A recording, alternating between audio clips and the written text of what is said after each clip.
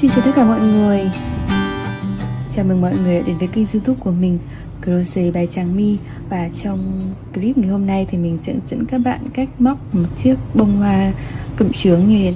Nguyên liệu mình sử dụng ở đây đó là len baby gian, kim móc 2.0, kéo kim khâu và một chút bông mình sẽ nhồi cho cái phần đế hoa. Đầu tiên thì các bạn sẽ quấn vòng quanh ngón tay để mình tạo vòng tròn ma thuật. Các bạn lấy một mũi bính, sau đó là 5 mũi đơn, 2, 3, 4, 5. Sau đó sẽ siết cái dây này vào để cho cái vòng tròn của mình nó nhỏ lại nhé. Mình sẽ móc xoắn ốc đi lên. Thì để đánh dấu cái vị trí hết hàng, mình sẽ sử dụng một cái sợi màu đỏ để mình cài vào đây. Sau đó thì các bạn sẽ móc vào cái mũi đơn đầu tiên này, 2 mũi đơn ạ. 1, 2. Cứ mỗi một mũi đơn các bạn sẽ móc 2 mũi vào một chân. 1, 2,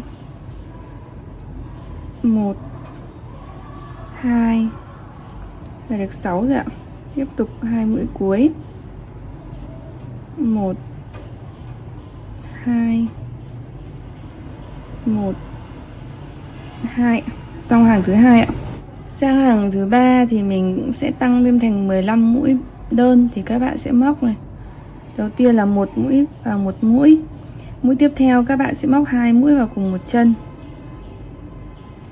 Sau đó lặp lại như vậy. 1 mũi đơn vào 1 mũi đơn, 2 mũi vào 1 mũi và một chân móc đấy ạ.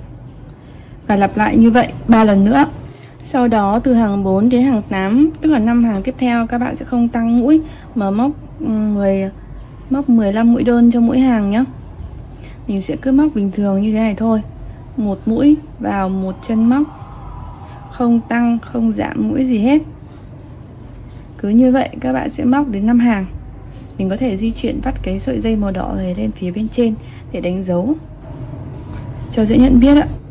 Sang hàng tiếp theo thì các bạn sẽ móc đầu tiên là một mũi trượt giúp mình. Sau đó các bạn sẽ móc cái hàng này màu xanh với cái dây chỉ móc chân trước nhé. Tức là ở đây mình có 2 dây này, thì bây giờ các bạn sẽ móc chân dây trước, tức là chỉ móc cái dây phía ngoài này thôi nhé. Thì đầu tiên các bạn sẽ đi lên 2 mũi bính. Tại cái chân đầu tiên mà cái chân mình vừa móc mũi trượt ấy, các bạn cũng sẽ móc cái dây trước luôn. Các bạn móc 2 mũi kép đơn. Đây.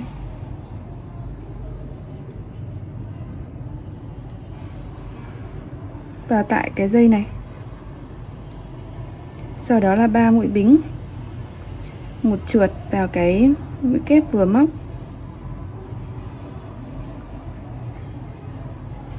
Các bạn móc tiếp sang bên cạnh, mình móc chân trước,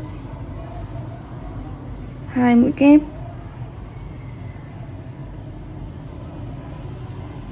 Sau đó móc 2 bính, rồi một trượt vào cái chân này để móc chân trước hết. Các bạn có thể nhìn phía sau nó sẽ lộ ra còn một phía chân sau để mình móc khi lên bông hoa ấy ạ. Sau đó thì các bạn sẽ lặp lại tương tự là mình đi lên 2 mũi bính. Các bạn móc sang mũi chân bên cạnh này, vào chân trước 2 mũi kép.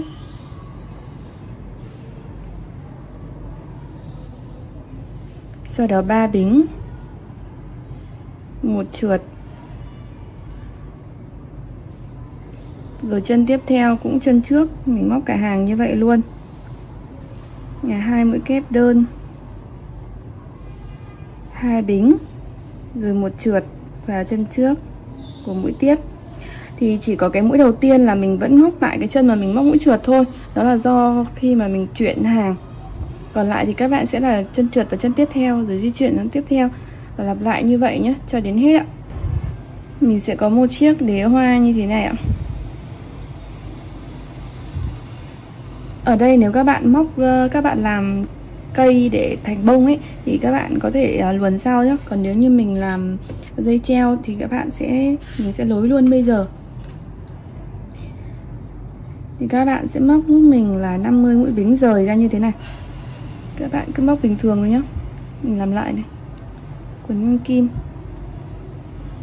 2 3 4 5 6. Các bạn cứ móc cho mình nhé đến 50 mũi, hoặc là tùy vào cái kích thước cái đoạn dây này các bạn cần. Sau đó thì mình sẽ lấy dây và để buộc chị luôn vào bên trong.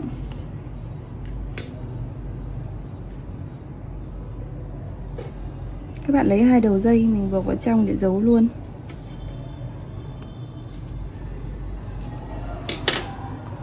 Ở đây mình có quên cắt dây khi mà mình móc xong cái phần đài. Các bạn có thể để dây đó dài để sau này mình dùng luôn cũng được. Đây mình sẽ buộc chặt vào phía bên trong này luôn.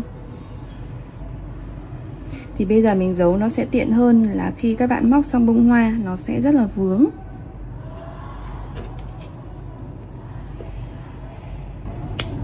Sang phần hoa thì mình sẽ móc vào phía bên chân bên trong này.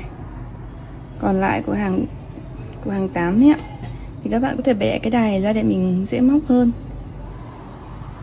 Mình lấy mũi.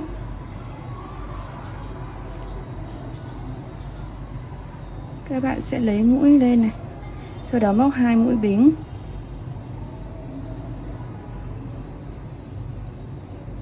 Tại cái chân này các bạn sẽ móc cho mình là 3 mũi kép.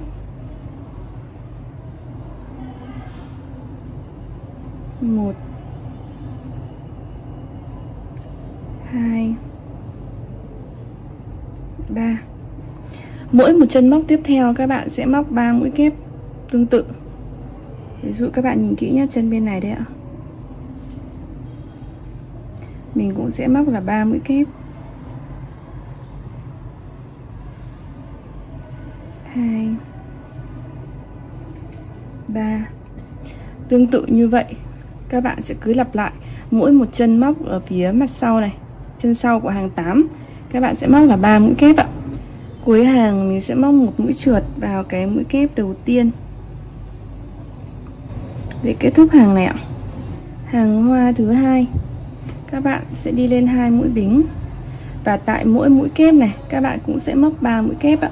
Bắt đầu từ mũi đầu tiên luôn. Đây là mũi chân đầu tiên, chân mình vừa móc mũi trượt. Các bạn cũng sẽ móc 3 mũi kép.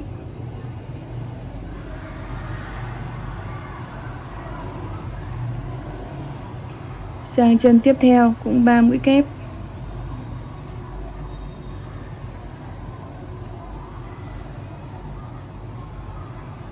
Cứ như vậy các bạn sẽ móc cho đến khi hết hàng và nối một trượt vào mũi kép đầu tiên để kết thúc ạ. Hàng thứ 3 thì các bạn sẽ móc giúp mình đây, sau khi mình móc mũi trượt ạ, thì mình sẽ móc một mũi bính. Với mỗi mũi kép các bạn sẽ móc là một đơn 3 bính và một đơn. Thì mũi đầu tiên là một đơn này, 3 bính này, sau đó một đơn vẫn tại chân móc đó nhá.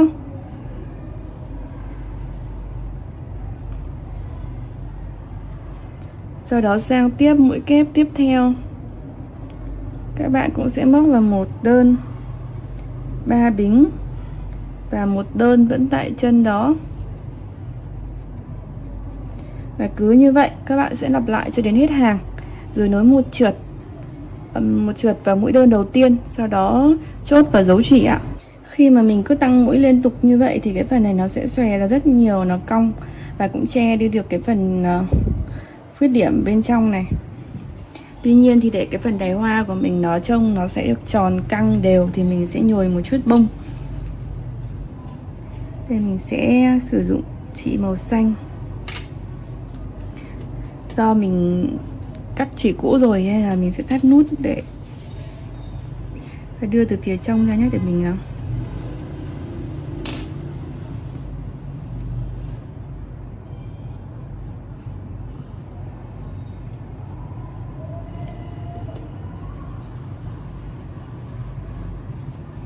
sẽ khâu che đi cái phần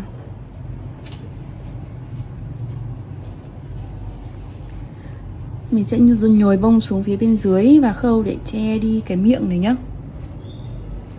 Che đi cái phần miệng này.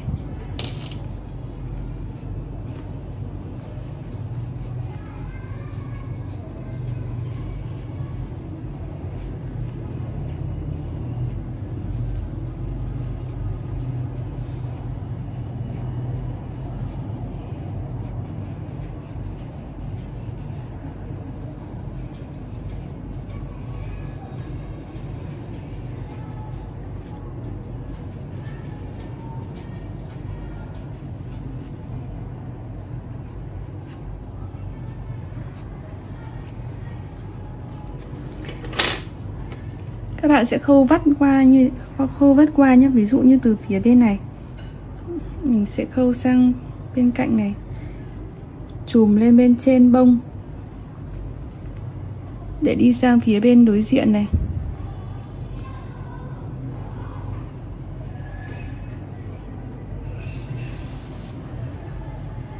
Mình sẽ khâu nhiều lần như thế để cái lớp sợi của mình ấy nó che đi được cái phần, giữ được phần bông này bên dưới.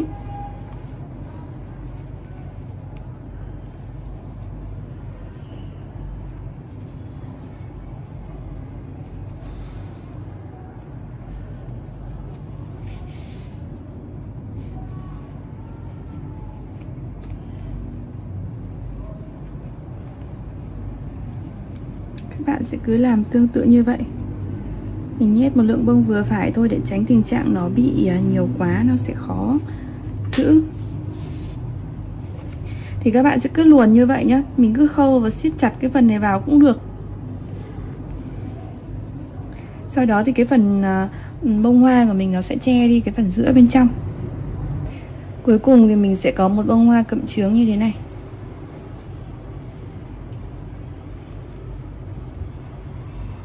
Trông rất sinh động và cũng khá là thật đúng không ạ?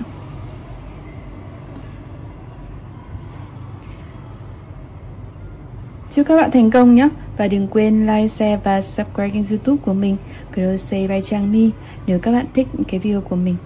Cảm ơn các bạn rất là nhiều ạ.